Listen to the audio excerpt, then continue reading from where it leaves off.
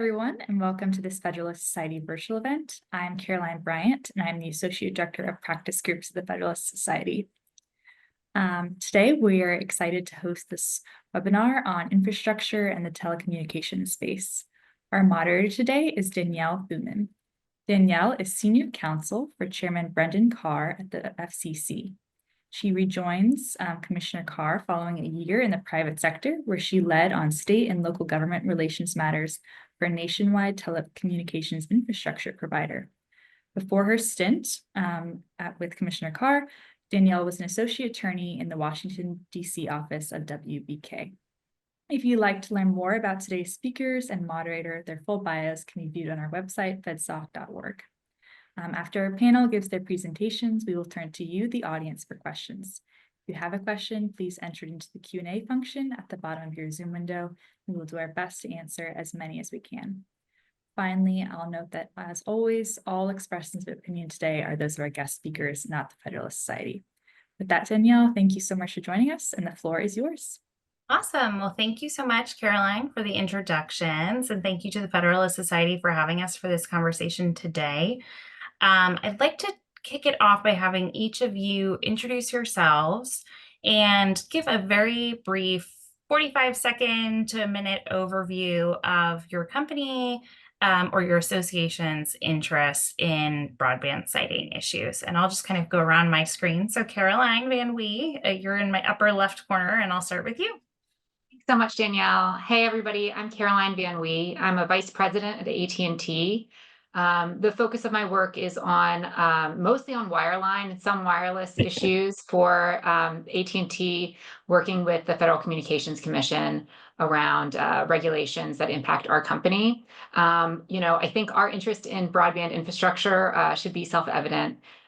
We are providing wireless and fixed broadband internet connections across 21 states in the country. And hope to continue to expand that footprint going forward. Awesome. Thank you. All right, next, Paul. Hi, Danielle. Well, thank you for moderating this panel, and thank you to the Federalist Society for hosting it. I work as a vice president for regulatory and corporate affairs at Cogeco. You might not be familiar with the name. Cogeco is a Canadian-based cable company with activities both in Canada and the U.S. In the US, we operate under the BreezeLine brand name, and we cover a regional footprint that encompasses 600 communities in 13 states. So essentially, we're mostly on the East Coast, and our footprint spans from Maine to Miami. We're also present in the Midwest with some cable systems in Ohio. We're obviously very interested in this discussion. We serve smaller markets, and we invest annually over $250 million to connect new communities and upgrade our networks. Our focus is really what I would call the backbone of America.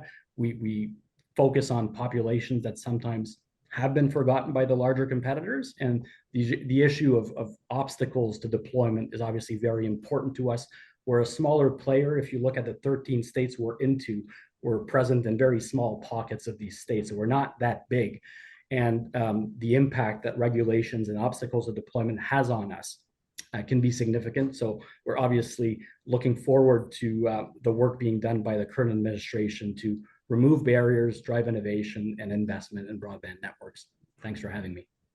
Awesome. Thanks, Paul. And next to you, Tony. Hi, Danielle, and hello to all. My name is Tony Clark. I'm Executive Director of NARUC, which is the National Association of Regulatory Utility Commissioners. It's the organization that represents the 50 state utility commissions across the country, DC, several of the U.S. territories. In terms of our association's interest in the interests of state commissions, it's evolved a bit over time. 20 years ago, when I first joined a public utility commission, I was a commissioner on the North Dakota PSC for 12 years and then a commissioner at FERC after that. But I mean, when I first started in the early 2000s, telecom might have been almost a majority of the work that state commissions were doing. It was post-96 Telecom Act, 271 proceedings, certificating CLACs. There was sort of all sorts of activity at the states. It's evolved a little bit over time, but still a number of areas where states have a particular interest. NARUC for a long time has had standing policy in support of removing barriers to the build out of broadband deployment. And there's still some discrete areas where states play an important role. Things like pole attachments frequently come before the states, right-of-way issues in certain instances come before the states, as well as some general kind of broadband deployment access issues, which sometimes are shared by state broadband offices and in some cases by state commissions. In all cases, it's the situation where states are usually relatively close to the customers who are being served, and so oftentimes will fill a facilitation role regardless of the actual statutory jurisdictional obligations that each state commission has, which vary a little bit by state to state. All right, great. So I thought we'd start the discussion by focusing on NEPA. The Trump administration over the last 3 months has issued, I would say a handful, but that's an underestimate of the number of executive orders that impact the telecom space, including an executive order that directed CEQ to propose rescinding its NEPA regulations and to also provide guidance on implementing NEPA in light of some of the amendments that were made to the statute by Congress back in 2023. In the guidance that CEQ subsequently issued, agencies were told to revise their NEPA implementing procedures to not only expedite permitting approvals, but to make their implementing procedures more consistent following the 2023 Fiscal Responsibility Act. So just recently, we saw that CTIA filed a petition at the FCC requesting that the FCC, in light of the executive order and the congressional actions in 2023, update our implementing procedures. That is out on public notice for comment right now. What are you guys expecting to see filed in response to that petition and that public notice? And how do you think that this could be impactful for NARUC and for Breezeline and AT&T? And Caroline, I'll start with you guys, and Paul and Tony, if you guys want to jump in, feel free. Yeah, I mean, I think from a practical perspective, the FCC has done a good job of having sort of clear processes around NEPA and NERA, but these are, steps that we have to go through every single time that we are, building a tower, expanding our wireless footprint, sometimes even in certain cases, co-locating under certain circumstances that, creates a lot of paperwork and, expense associated with doing that. I think we, from a practical perspective, typically have to hire a specialist contractor to review, every site, go through a list of, questionnaires to figure out how does this fall within the NEPA rules? What do we have to do? How does it, and the same with NERA. I think that it's a great opportunity right now for the FCC to look at its rules, particularly the NEPA rules in light of the petition filed by CTIA, and really think about how that aligns with the Fiscal Responsibility Act that came out in 2023 from Congress, which clarified that the NEPA rules, apply to major federal actions.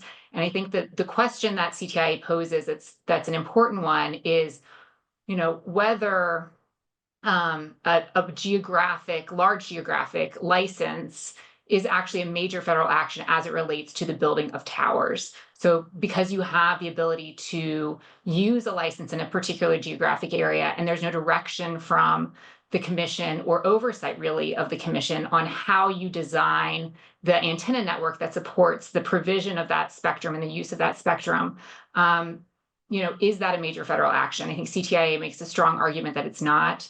And I think, aligning those rules with the congressional mandate here will help simplify and speed, lower costs for broadband and wireless expansion. And then I think, as we are looking at, expanding a pipeline of spectrum in the future, these rules immediately will help us densify faster and get better coverage, tomorrow when we are sort of looking at reforming the rules. But in the long run, as we're looking at, building this spectrum pipeline, getting more commercial spectrum into the marketplace, which we all know we need to be able to compete with China, all those things, getting these rules right now will help us be ready to speed the deployment of that spectrum when we're ready to go. So I think it's a great opportunity for the commission to look at this and align it with the FRA. Great. Paul, Tony, anything that you guys want to add or anything that you anticipate seeing? Not really from my perspective. So Breezeline does not operate licensed wireless facilities, so we're not really affected and subject to requirements under NEPA. When I saw this question, I was trying to think of something else that I could mention on environmental requirements, and we do experience them at the state and local levels, and this is an issue that has sprung up a lot. And just in trying to find a kind of salient example to provide to the crowd of multiple listeners who are here today, I was recently speaking to some of our folks who operate on the eastern shore of Maryland, and just one example of how environmental regulations can very much slow down infrastructure deployment is there's a very complex web of local, state, and federal regulations that pertain to wetlands. This is just one example amongst many others where we've had in a lot of the counties in Maryland where we operate to sometimes apply for these permits. And sometimes we don't even need to pass the wetland, we just need to pass around it, but it's close enough to trigger the permit application process. And these permits can take a lot of time in order to be fully processed and granted. There's very often some unexpected costs involved with the issuance of the permits, a variety of authorities. We recently had to wait 1.5 years to get a denial of a permit requirement, which we still do not fully understand. So obviously, these are elements of friction that we find extremely troublesome. And this is not to say that environmental regulations are not warranted, but streamlining of permitting processes and better predictability is something that would go a lot for us, because not only in certain instances we need to face a decision to spend more to connect in another way, sometimes we just have to stop the project because it doesn't make sense anymore. And there should be a threshold in terms of low impact, or let's be honest, no impact projects where at the very least, under a certain threshold of impact, there is a much more speedy way to get where you want to be. Great, thank you. So Tony? just a few thoughts. I mean, first, sometimes folks will ask me, what's NARUC's position on X? And I'll say, what's Congress's position on X? And the answer is probably as many viewpoints as you have in Congress, there's similar viewpoints in NARUC. So I suspect with regard specifically to the CEQ interim rule, NARUC itself hasn't taken a position on the February interim rule and hasn't been asked to comment on it. And as I said, I'm pretty sure there are differences of opinions within the association. But speaking for me, having dealt with NEPA a lot, more candidly on the energy side than the communication side, but it's sort of flows from the same statute, and each of these networked industries sees the same issues.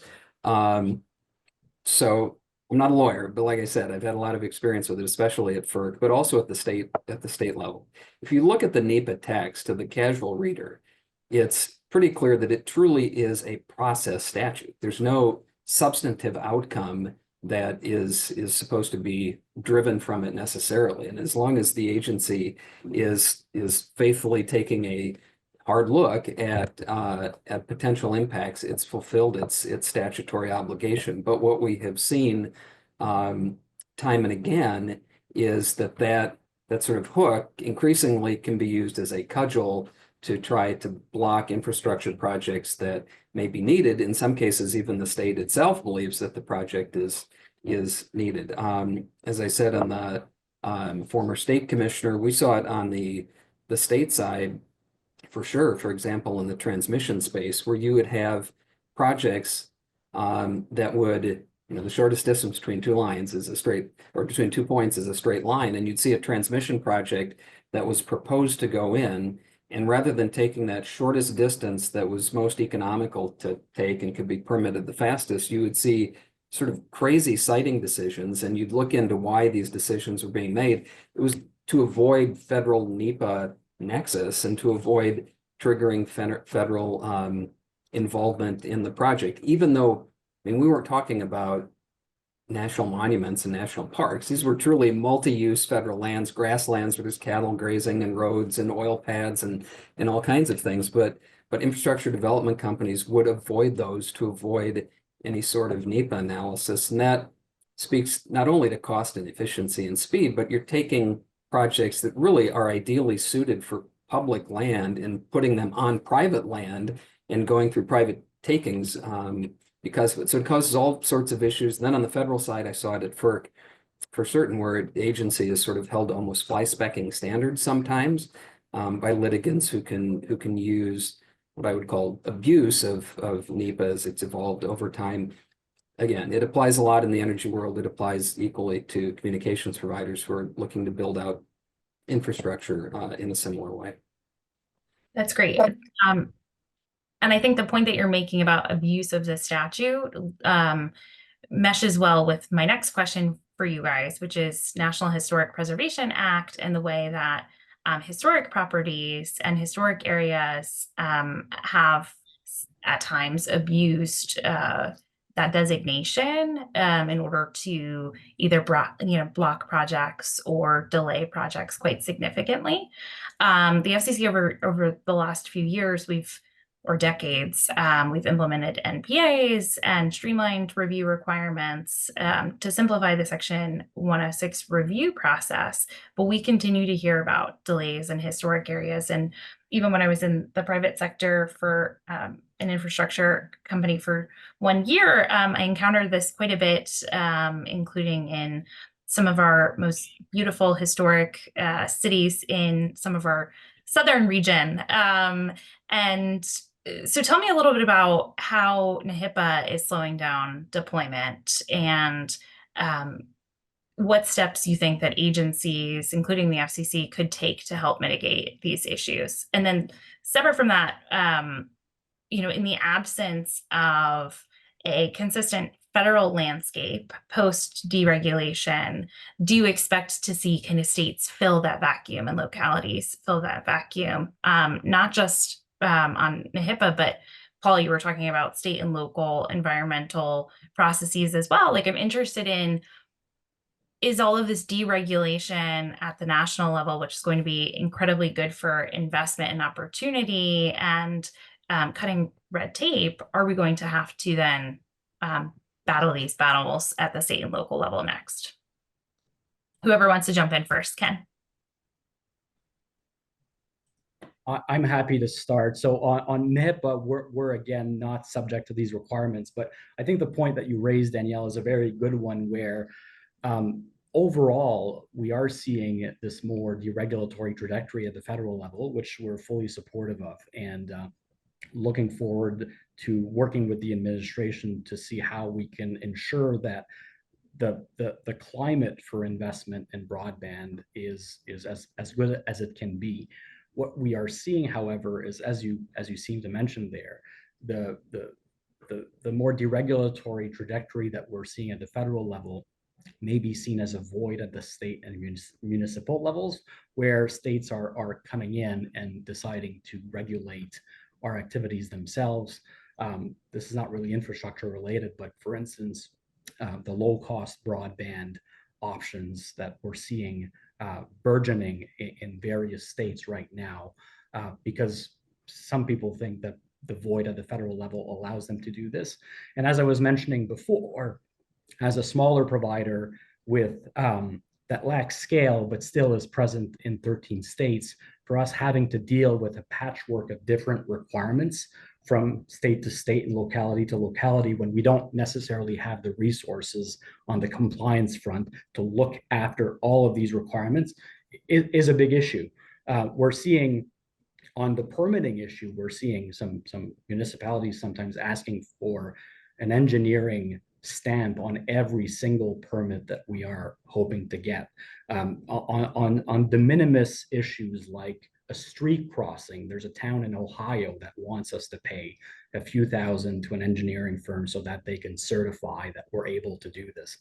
Obviously, this raises our costs significantly.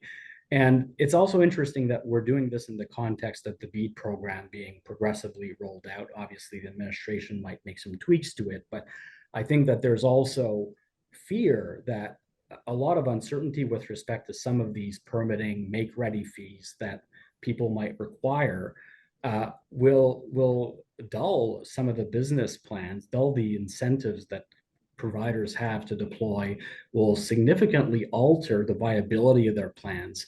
And this is something that, in our view, to the extent that the FCC can intervene, it can intervene in many ways to ensure that, again, all the work that's being done at the federal level to ensure and facilitate the deployment doesn't get essentially kiboshed because of lower administrations taking over and establishing their own rules, certainly is something that we would support. Caroline, Tony, anything you guys want to add? Sure. I think, as much as I know that there's the open proceeding on NEPA, I think NERA, there's an opportunity here to also think more about how those rules can be streamlined. I think, there are some different, it's a different situation because the CEQ and the executive order are really focused on some of the NEPA issues, but there's so much overlap between those two regimes that it feels like it could be a good opportunity to continue to align them. And, I think from our perspective, some things that could be improved there, it would certainly be nice if we had additional clarity around sort of how we interact with the tribes during the NEPA review process, sort of where, how they participate, where and when compensation is appropriate, where it's not appropriate, I think is always helpful. And I think also, trying to align the NEPA rules with sort of the character of the historic location even more closely. Sort of an example I always think of is I have there's a restaurant in my neighborhood that is, a former gas station. And it was like the first gas station when you drove into the District of Columbia. And so it's been protected under historic preservation rules so that the plot and the land area sort of still has that frontage that looks like a gas station. And that's a historic building, right? And yet it faces Massachusetts Avenue, which has lots of infrastructure running up and down it, towers visible. And so, taking into account the sort of infrastructure and vantage point from that building, it's looking on lots of, city infrastructure. And so just having some balance there, and making sure that we are not over imposing historic preservation rules in areas that are already, in areas that have lots of infrastructure and in which infrastructure is not going to be detrimental to the experience of being in that place. So I would only add that, the issue which sort of across NEPA and the NHPA, whether triggering a major federal action or federal undertaking, depending on the statute, historically it's been a problem in a number of areas, but especially coming from a rural state, it's oftentimes especially been difficult for rural broadband providers and rural telephony providers, because you often have areas like that no choice but to extend fiber in ways that either trigger a railroad crossing or some portion of federal land, and then it sort of trips up the entire project in that process. So the streamlining of that, I think, would be extremely helpful. And I think from a state standpoint would probably be welcome, although sometimes fingers are pointed at states and local governments for holding things up. Having served on the state side a long time, I can tell you that oftentimes it's the states who point back at federal statutes and say, look, if the feds could streamline theirs first, it would do an enormous amount for us to help bring broadband and get broadband deployed more ubiquitously. There's a number of things that we're looking at in, that could be potentially helpful in Congress. I note that Congressman Fulcher from Idaho last year introduced the Reducing Barriers for Broadband on Federal Lands Act. It didn't go anywhere. It's been reintroduced, I think, in this session, and who knows what the prospects for something like that are. It always helps to get attached to some other piece of legislation, but basically it would create if there's been previously disturbed land or property that infrastructure is trying to go across, it would create a categorical exclusion for that, so there are ideas like this out there to help on the federal side. And I think whatever happens there necessarily helps out on the state side. And for those states and localities that have sort of reformed in a similar way, it means that broadband deployment is going to flow there first, which offers an incentive for them to get the incentive structure right as well. Sure, that makes sense. Yeah, federal land siting continues to be, an issue that is raised across every administration. I know it was a really big problem that I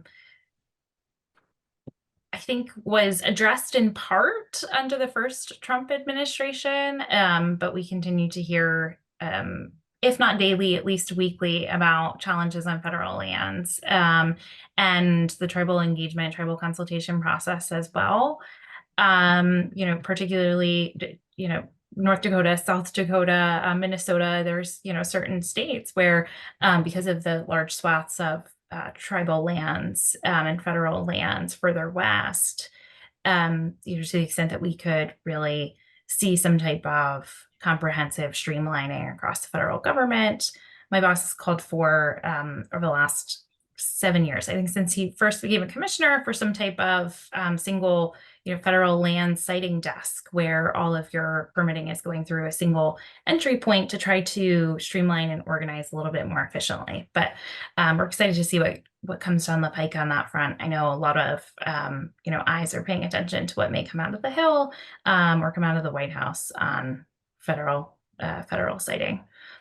Danielle, and we'll just add with tribal siting, I mean, it's something that's in the state's interest as well. They want early consultation with the tribes, and that's really the key, is to create that venues for early consultation so that you can have that input into the process early on. What I think is frustrating, probably both for the tribes and for state and local government, is when there's sort of objections raised late in a project that then requires you to have to go back in, dig through the record, and it really kind of starts it all the clock from scratch. And that, I think, is frustrating for the infrastructure developer as well as each level of government. Great. So talked about this a little bit, but under the first Trump administration, Chairman Pai took significant measures to streamline infrastructure deployment, mostly or particularly for small cell deployment. So what next? What are some of the biggest challenges? We've talked federal land siting. You guys have talked a little bit about some of the challenges you're seeing at the state and local level, but give me the top 1 or 2 challenges that each of you guys are seeing. Paul, you in particular, and Caroline, you too. I'm also a wireline person, so I feel like we have, the wireline team here. Tell me what you're seeing. What are the challenges that you think we should be focused on the most over the next few years? I'm happy to start. So I would say 3 things, right? There's make-ready costs for poles, there's pole replacement costs, and there's state and local permitting obstacles. First of all, I can say as a general matter, we're optimistic about the administration and the trajectory it's taking, and we're looking forward to working with it to achieve these goals. And we feel that the previous administration sometimes did not appear to appreciate the significant challenges with deploying a network, whether it's with respect to permitting requirements or pole and conduit access, contractor availability, and also different legal requirements that can vary from state to state. So we are confident that Chairman Carr understands these challenges and is going to put things on a better track moving forward. On Make Ready, we feel like this issue hasn't received a lot of attention from the FCC, especially Make Ready costs that aren't directly related to attaching. So things like engineering studies, application fees that pole owners demand from broadband providers, these can really add up quickly and change business cases. I can give you one example. BreezeLine recently had to abandon a county-funded grant in the town of Cumberland, Maryland, where the utility company proposed almost $250,000 in pole permitting, engineering, and make-ready costs for what amounted to a 2.2-mile project that would have connected 34 homes. So in terms of what the FCC can do, Section 224 of the Communications Act does provide the FCC with a broad grant of authority to establish some guardrails, in our view, in this area to bring down costs and speed up the process. And we recognize that utilities are entitled to recover their costs, but they should not be able to profit off make-ready applications and fees. So for instance, one recommendation that we would make is for the FCC to make the determination that application fees are not reasonable if they exceed the utilities' cost to review applications. Or the FCC could require that utilities cannot force providers to pay for additional engineering studies when a provider has already submitted one with their application. On the issue of the pole replacement cost, this is an issue that the FCC is very well aware of. All too often, pole owners are taking advantage of broadband providers in order to pay for new poles.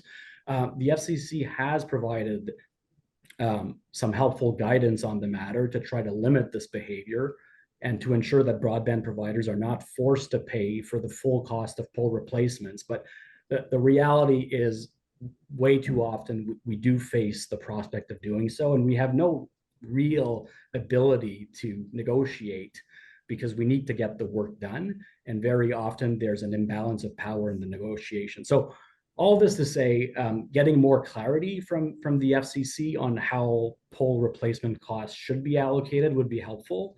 The FCC did tee up the issue in 2022, and I know there's several proposals before the Commission's record that, if adopted, would ensure what we consider to be a more fair distribution of pole replacement costs.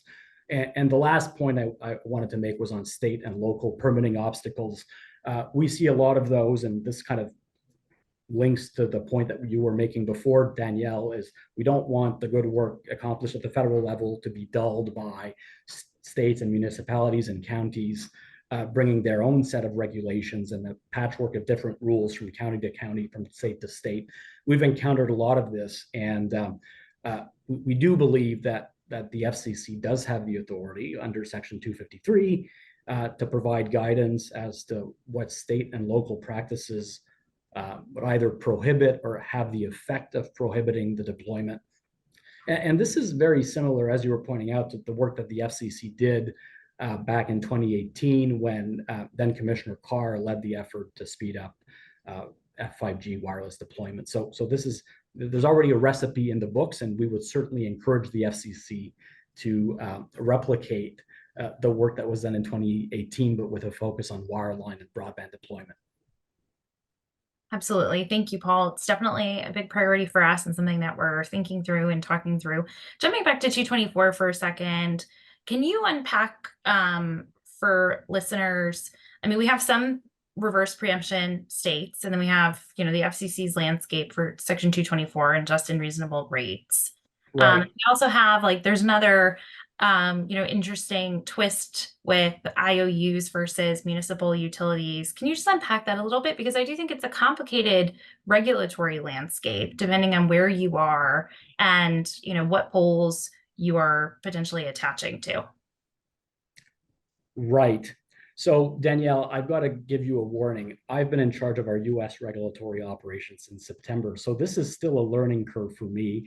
I've had to immerse myself in the world of Article 224. But obviously, the point I'd like to make with respect to 224, especially with respect to 224C, which does give rise to this reverse preemption regime, is, again, for a smaller provider like us, this creates a lot of complications because we certainly face, in many states where we operate, we are facing different regimes, right? So essentially 224C has created a regulatory environment where nearly half the states are governed at the federal level, with the other half at the state level.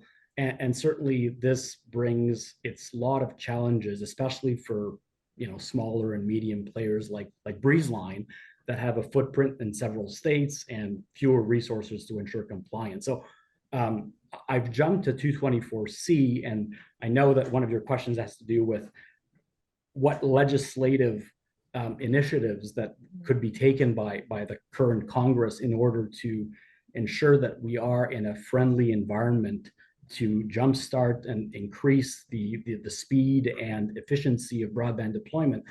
This is one that I would point out is we would certainly be supportive of Congress re-examining this, what I call reverse preemption regime, and determining whether it still makes sense in the current environment, especially given how the FCC has demonstrated under Trump 1 and now under Trump 2 that it's committed to facilitating broadband deployment. Well, and to that point, sorry, Daniel.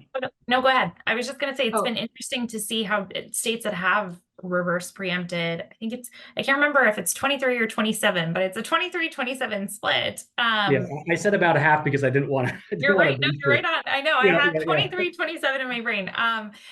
It's really interesting because the regulation, the detail of the regulation, the way in which states have kind of regulated this space when they've decided to do so varies so dramatically from state to state. So to your point, having a greater consistency would make it much easier for compliance purposes for small and large companies alike. But Caroline, go ahead. Sorry, Danielle, if I could just finish before Carolyn jumps in. Oh, yeah. One of the challenges as well is even those states who choose to align themselves with federal regulations, when there's a change in the federal rules, sometimes these states don't upgrade and adapt. So that's another issue that we've faced in certain instances where even a state claiming to be reflecting federal regulation doesn't necessarily do so. I'm sorry. Go ahead, Carolyn. I was just going to say, I think, the other challenge that we see, and we're a pole owner and, also an attacher, so we sort of see both sides of the coin, though, is like the muni and co-op carve out. I do think that sometimes when you read about sort of the bad apples or like the, list of terribles and experiences folks have had, often those stories relate to munis and co-ops, and they're unfortunately, pole owners that the FCC's rules don't reach. And so it sort of is, I think those can be challenging, negotiations to undertake and to work through. I think we've certainly found that in our experience. As well. I think, not to turn this into, a great debate on pole attachment policy, because nothing can be more thrilling and fun than that. But, I think from our perspective, we have had some concerns about shifting pole replacement costs. I think one of them, is just sort of the economics of sort of, who needs a taller pole. Obviously, if there's a situation where a pole is failing and the utility or the pole owner is putting those costs inappropriately on the new attacher, that's a situation that should not that should be resolved in then the pole owner should be paying for at least the requisite portion of that pole replacement. But our concern has been that sort of changing the way that these financial relationships, knowing work and knowing sort of the amount of disputes that can happen in the space, while we're also at the same time trying to move forward with this major expansion of our broadband network in the US, could actually end up slowing it down. That if we create a whole new regime for how these costs are allocated, that's going to create a lot of conflict in the process. And so I know that's one practical concern we've had on that front. And I do think that there, at least now, we're in a situation where we have some predictability about what the infrastructure costs are going to be on a particular project. So when, a carrier is, bidding for a BEAD project or other infrastructure project, they sort of can predict right now what those costs are going to look like and, shape their bid appropriately. So, I think that, but there are some interesting questions. And I do think also, one thing that we hope to take advantage of, and I think is a great way to resolve some of these issues faster, rather than necessarily like defining every corner case in these relationships between pole owners and attachers, is to encourage folks to use the rapid broadband assessment team at the FCC and try to work through conflicts quickly and resolve them and sort of move on. And, I think that's a great way too, if there are folks who are behaving unreasonably, to get them in front of a neutral party to resolve the issue. Yeah, I'll jump in here. I'll circle back to pole attachments because states have been invoked here. So I'll address that a bit. But in terms of your original question, Danielle, about kind of other priorities that we may be looking at, you had mentioned the right of way and permitting type issues, which I think is at the top of our agenda. The continuation of and the funding mechanisms for various USF programs, including the build out of broadband, is something that states have typically been very interested in. So we'll be monitoring that. The FCC and then Congress as well. With regard to pole attachments, as you said, there are the number we usually use is 24. It's 23 states plus DC have reverse preempted the federal government, have taken jurisdiction on pole attachments. So I don't know, it's probably safe to say that maybe half of my members would probably be opposed to a federal preemption. But look, I mean, it's an issue that's difficult. The cases are not easy. We know it garners sort of an outsized amount of attention, probably at both the FCC and in the states, where states have claimed that jurisdiction. I think every state has an interest in trying to make complicated cases like this less complicated. If not, I mean, one, it's good for investment. But number two, from a administration of the case standpoint, it's helpful to have regulatory streamlining as well. I think one of the things that's of concern to many of my members is with the potential amount of pole attachment cases coming at them, that's a lot of resources internally that they have to staff to deal with those kind of cases. And they'd like to have as streamlined a process as they can. Having said that, I mean, the case for having some of these decisions made locally is it is hard to think of a more sort of local critical reliability infrastructure than the electric distribution grid. And it's been core to what states have dealt with for many, many decades. So there can be, I think, a good case to be made that having a local role in that, which typically falls to the states, because it's states that typically regulate investor-owned utilities. If you're going to make it locally, is to have it vested with the Public Service Commission or the Public Utility Commission. And then to Caroline's point, it is true. There's a whole sector of that then is not included because in most states, even co-ops and munis are not regulated by the state commission, and they have to carve out, of course, at the federal level. So there's kind of two issues that we're dealing with. Mm-hmm. Well, since we're at the 15-minute mark, I just want to go ahead and call out that you can submit questions in the chat at the bottom of the screen. We will keep the conversation going, but I'll be watching the Q&A box just in case people put questions in there so that we can make sure we save some time at the end in the event that we get any questions. So you guys both talked a little bit about potential Hill fixes, legislation that may be moving.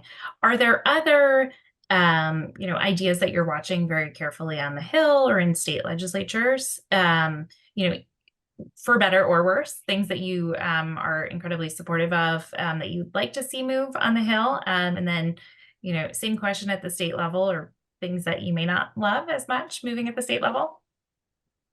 Well, if I could jump in, I think, the one issue I want to call out that is near and dear to my heart, and Danielle, I know the chairman has been really engaged in it as well, is the IP transition.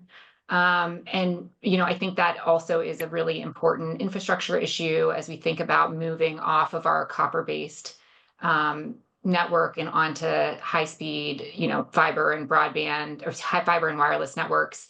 There's just a lot of work that needs to be done to sort of speed up the process, give carriers, sort of ease the process for carriers.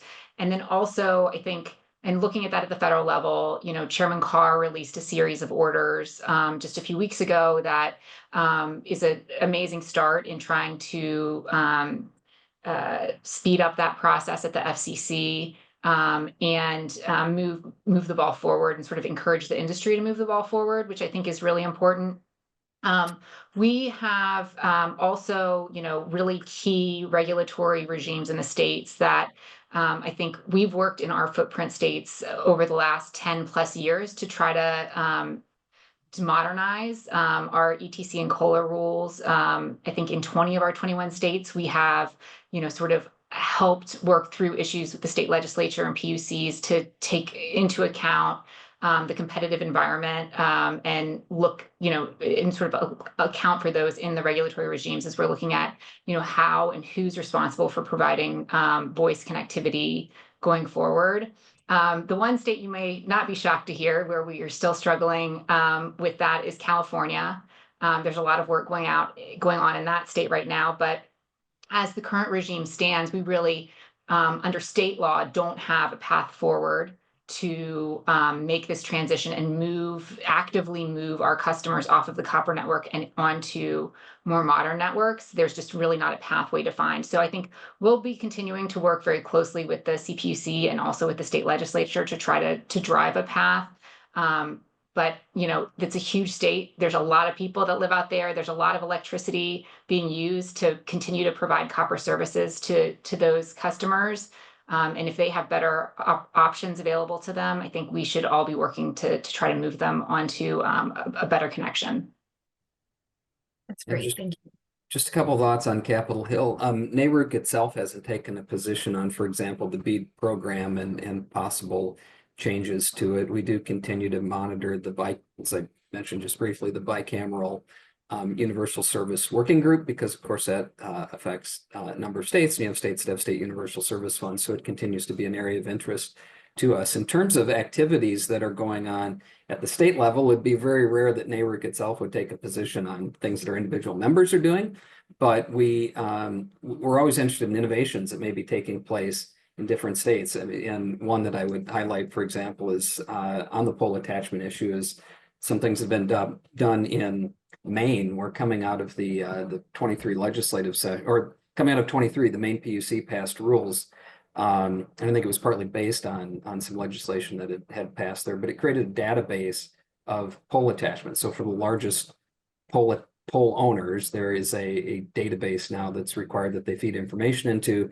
Those that are looking to connect on the poles then can also access that database. As part of it, there are a number of other things that the PUC is implementing to try to streamline pole attachment, including, as I understand it, a trial period for some lower rates for pole attachments, and a requirement that the PUC track and get back to the legislature on the timeline for pole attachments. So I think there's some innovative things that are happening at the state. We continue to track them, and I think they can serve as potential models for other states to streamline the sort of investment that I think all of our members want. On my side, from the Hill perspective, I think, Danielle, that aside from the reverse preemption issue that I flagged before, we think the FCC has the tools that it needs to intervene and to ensure that infrastructure deployment can be done efficiently and effectively. As I was saying, we are seeing a regulatory creep in some of the states and localities where we're involved. We're even seeing, by talking to peers, some states or localities, when they are at the stage of negotiating franchise agreements with cable cos, they've seen some states implement these low-cost broadband requirements, and some franchising authorities are also trying to include these in the franchise agreements themselves. So again, from our perspective, to the extent something can be done at the federal level, is ensuring that the states and localities don't implement further obstacles that will raise our costs to serve Americans and provide affordable broadband and high speed and next generation services to customers, because we are seeing a lot of stuff spring up in recent months. As I said, I think BEAD might have something to do with it, where there's going to be a lot of money thrown into the arena, and some authorities are seeing ways to fulfill some revenue shortages. And we think that to the extent the FCC could intervene to ensure that we are not penalized unduly, and that the monies that we are to be allocated to broadband deployment are indeed allocated for those purposes, certainly that would help a lot. Thank you, Paul. yeah, I know we're watching all of the low-cost broadband rates and plan requirements that are being adopted in a handful of states very closely and carefully, and trying to also understand the broader impact that some of the performance standards requirements and other state requirements have on carriers and their investment. Kind of marrying that thought with Caroline, what you were talking about earlier on copper retirement and the way that some of these requirements require companies to divest resources away from investment and away from network improvements and infrastructure deployment. In the last, we only have like 5 minutes left. I would love to hear, wish list over the next few years, most burden regulations that you guys are looking at that we have not already touched on that you think, really distract away from broadband deployment and investment in next generation networks.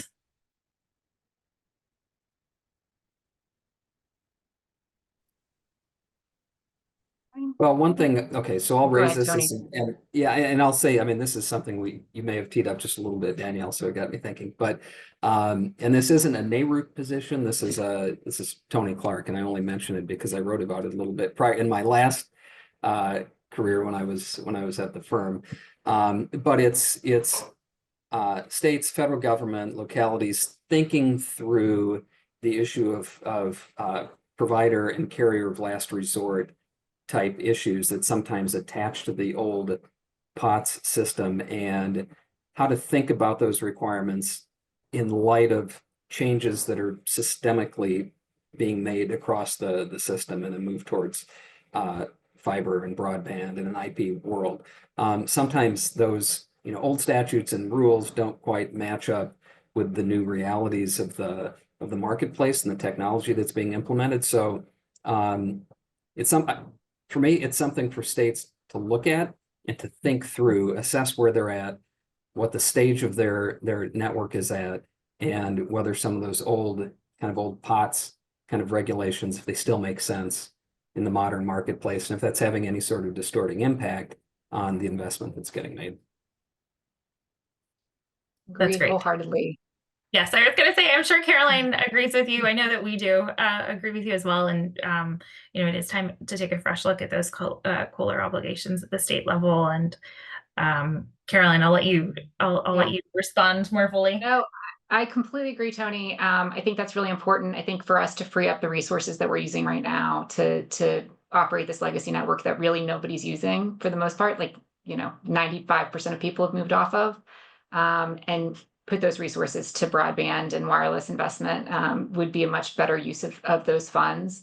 I also, Paul, you and Danielle just mentioned this, but I would also just call out, I think that what we are seeing in this deregulatory environment at the federal level is, states sort of trying to figure out where and how to expand their regulations over certainly VoIP and broadband, potentially also wireless services.